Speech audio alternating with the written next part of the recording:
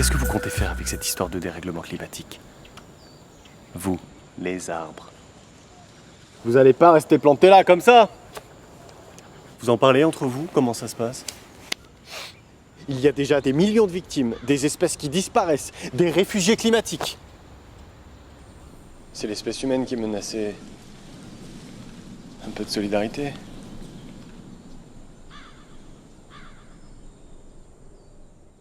Juliette Rousseau, bonjour. Bonjour. Alors vous êtes porte-parole de la coalition Climat 21. Est-ce que vous pouvez d'abord nous présenter cette coalition? J'imagine qu'elle a été formée plus ou moins en lien avec la COP 21. Mais alors qui représente-t-elle cette coalition et dans quel but a-t-elle été créée? Alors, la coalition Climat 21 a été créée début 2014 par 3 organisations françaises, nommément le RAC, le Réseau Action Climat, le CRID, qui est une plateforme d'ONG de solidarité internationale, et ATTAC. Ces 3 réseaux français, en fait, à la suite du sommet de Varsovie, au cours duquel la société civile était sortie du sommet pour dénoncer la présence grandissante des lobbies de l'industrie fossile, ont décidé à leur retour en France de lancer la coalition Climat 21 dans la perspective, effectivement, de la COP 21. Très rapidement, d'autres organisations ont rejoint cette coalition et aujourd'hui, on a 130 membres avec une grande diversité dans le type d'organisation, depuis des syndicats, en passant par des ONG environnementales, de solidarité internationale, mais aussi ce qu'on a plutôt tendance à qualifier comme des mouvements sociaux, comme ATTAC par exemple, ou Alternativa, ou des groupes de jeunes, des groupes de foi, et aussi on compte un certain nombre de groupes locaux qui défendent des luttes locales.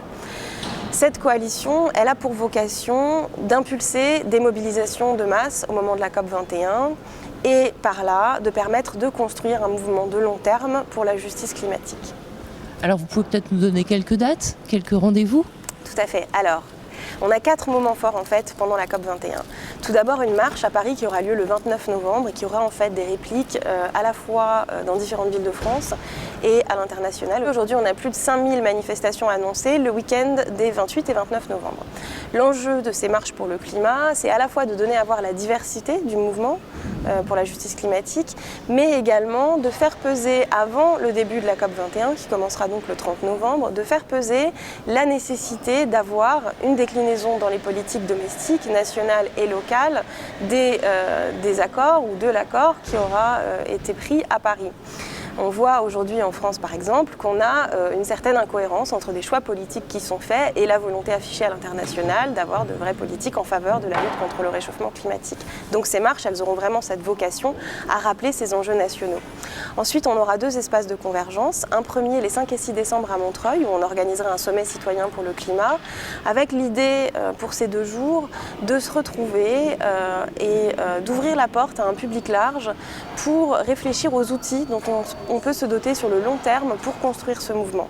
Et ces outils, ils sont de 2 types. Ils sont à la fois de type pratique, ce qu'on appelle les alternatives citoyennes. Quelles sont les alternatives aujourd'hui que les mouvements, que les communautés, que les groupes, que les villes mettent en place et qui nous permettent de répondre à la crise climatique. Et ils se déclinent de plein de façons différentes. Ça peut être sur l'habitat, sur le transport, sur la monnaie, sur l'alimentation. Donc, quelles sont ces alternatives? Comment les partager? Comment les répandre? Et la deuxième dimension, c'est plutôt, je dirais, les outils théoriques, c'est-à-dire qu'est-ce que les mouvements proposent aujourd'hui, quelle est leur interprétation plutôt systémique de contenu de ce qu'est la crise climatique. De quoi la crise climatique est-elle le nom et comment on peut y répondre. Ensuite, on aura un deuxième espace de convergence ici, donc on voit autour de nous, là, au 104. Du 7 au 11 décembre, on organisera une ZAC, une zone d'action pour le climat, avec là l'idée que les activités que nous organiserons conféreront plutôt aux actions, aux mobilisations qui auront lieu à Paris. Donc, comment on s'organise quotidiennement pour converger sur ces actions, pour que l'information circule. Et également, chose importante, je pense, on organisera des assemblées générales quotidiennes pour à la fois faire le débrief sur les négociations, puisqu'un certain nombre de nos membres seront dans l'espace officiel des négociations. Donc, tous les jours, on se retrouvera ici à 6h pour discuter de ces négociations. Et puis également annoncer, voilà, telle action demain, comment on peut s'y préparer, comment on peut y participer, etc. Enfin, dernière date de mobilisation, c'est un long calendrier, le 12 décembre, on organisera une journée d'action de masse avec 2 actions principales. La première consistera à encercler le Bourget et à poser des lignes rouges, qui sont pour nous les lignes rouges à ne pas franchir pour rester sur une planète vivable. Or, on a de gros doutes sur leur capacité à ne pas franchir ces lignes rouges. Donc le 12 décembre, notre vocation, c'est d'entourer le sommet du Bourget pour poser ces lignes rouges et dire voilà, les lignes à ne pas franchir et nous, annoncer que nous, on se tiendra sur ces lignes pour les empêcher de les franchir. La deuxième action, ça sera une convergence place de la République avec des chaînes humaines, où là, la vocation pour nous, c'est d'organiser un rassemblement place de la République où on annoncera la suite du mouvement, où on donnera la parole à ce qu'on appelle les communautés affectées, les gens qui sont aujourd'hui déjà impactés par le réchauffement climatique, et ils sont à la fois au sud, mais également ici. Et puis, voilà, annoncer la suite du mouvement, annoncer que notre enjeu à nous, et c'est bien le sens de cette coalition, quoi qu'elle s'appelle Coalition Climat 21, ça n'est pas de construire un mouvement autour de l'échéance d'un sommet, mais bien de se servir de l'énergie impulsée par ce sommet pour alerter sur la nécessité de construire un mouvement de long terme. On va revenir sur le long terme, mais je voudrais qu'on revienne quand même un petit peu sur la COP 21. Est-ce que vous pensez que la société civile est bienvenue à cette COP 21 ? Parce que je sais que bon, il y a eu ce décret de contrôle aux frontières, bon, qui est justifié par de l'antiterrorisme. Mais enfin, c'est aussi une manière d'empêcher la société civile d'autres pays de pouvoir vous rejoindre, de pouvoir éventuellement manifester, éventuellement contester ces accords dont on a appris aujourd'hui par la voix du président Obama que de toute façon ils ne seraient pas contraignants. Donc voilà, c'est un peu peut-être pour empêcher d'alerter. Quel est votre regard là-dessus ? Et deuxième question dans la question, qu'est-ce que vous attendez néanmoins de cette COP 21 ? C'est notre inquiétude, notamment la mesure de mettre entre parenthèses l'espace Schengen pendant un mois, puisque c'est ça le rétablissement du contrôle aux frontières. Notre inquiétude, c'est qu'effectivement, les dizaines de milliers de militants qui comptent venir à Paris, notamment rejoindre les mobilisations qu'on organise, mais pas seulement, soient empêchés de venir. Plus généralement... C'est le cas déjà, hein ? C'est le cas déjà, notamment sur les questions de visa. Mais là, on parle plutôt donc, des partenaires au sud qui ont besoin de visa. Et on sait qu'on a un certain nombre de partenaires, particulièrement en Afrique subsaharienne et au Maghreb, qui rencontrent des difficultés pour obtenir des visas. Donc on sent effectivement qu'on a aujourd'hui des difficultés. Je dirais plus généralement que je pense que tout le monde a conscience que l'enjeu est extrêmement important et grave. Et qu'on a assez peu envie finalement de laisser s'exprimer des voix qui seraient critiques de ce moment de communion qu'est la COP 21. On sait aujourd'hui effectivement qu'il ne s'agit pas d'un accord contraignant, ça repose sur la volonté des États, cette volonté étant parfois scandaleusement faible au regard des émissions produites par les États en question.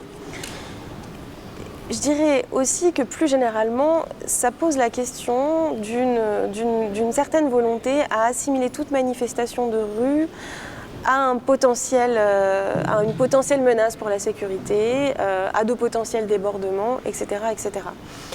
On a vu notamment qu'il y a un mois et demi à peu près, une note a été fuitée de la préfecture de police qui expliquait qu'il y aurait des manifestations, dont certaines manifestations revendicatives. Et je trouve ça intéressant de le souligner, parce que ça veut dire en fait qu'à partir du moment où on a des revendications, on est potentiellement gênant pour l'État, on est potentiellement menaçant.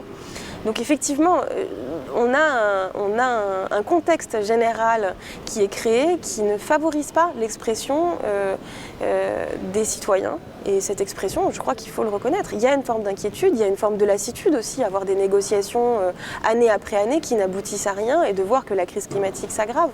On a passé cette année la barre des 1 degré de réchauffement, c'est extrêmement grave et je pense que les gens en ont conscience et qu'il y a une volonté de manifester cette inquiétude et je pense qu'il faut la laisser s'exprimer, mais aujourd'hui, ça n'est pas ce qu'on ressent. C'est notre bien-être à tous qui est en jeu, notre qualité de vie, notre survie. Et nous pouvons changer les choses, ensemble, là, maintenant, avant qu'elles soient irréversibles.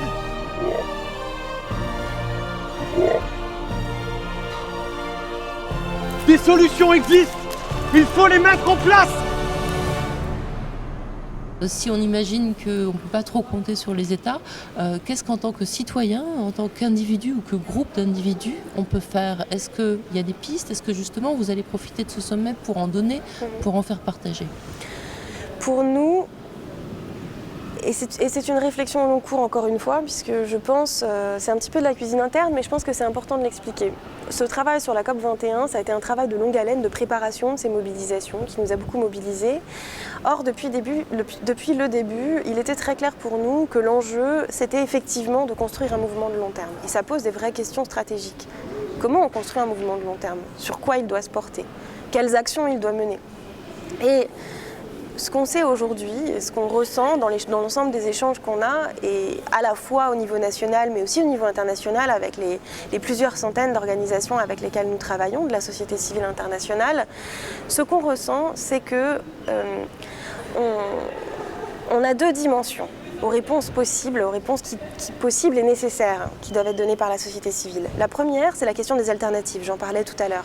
Quelles sont les alternatives pratiques qui existent déjà, qu'on peut mettre en place et pour lesquelles nous, en tant que citoyens, devons pousser, qui sont une réponse à la crise climatique. On peut penser bien sûr aux énergies renouvelables, mais ce ne sont pas les seules. Il y a la question de l'habitat, il y a la question du transport, donc toutes ces alternatives-là. Il y a la question du commerce international. Oui, exactement, mais nous savons que des alternatives sont possibles et que donc c'est une question de volonté politique que de les mettre en place. Donc la question c'est comment on force cette volonté politique. Donc ça c'est la première dimension, celle des alternatives, et la deuxième dimension c'est la dimension des résistances. On sait aussi qu'à un moment donné, sur certains projets, sur certains choix politiques, il faut résister. On n'a pas le choix. En France, on a un très bon exemple, qui est l'exemple de l'aéroport de Notre-Dame-des-Landes. On a une résistance depuis 40 ans de la population locale qui a fait l'effort de mettre en place une expertise citoyenne pour prouver que son opposition n'était pas juste une opposition NIMBY, not in my backyard, je ne veux pas cet aéroport, mais s'il se fait ailleurs, c'est pas grave, mais de dire cet aéroport n'a pas de sens.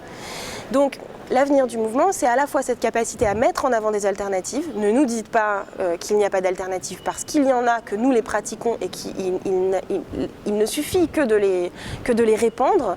Et la deuxième chose, c'est nous savons que certains modèles, certains projets doivent être abandonnés tout de suite et nous allons tout faire pour qu'ils le soient.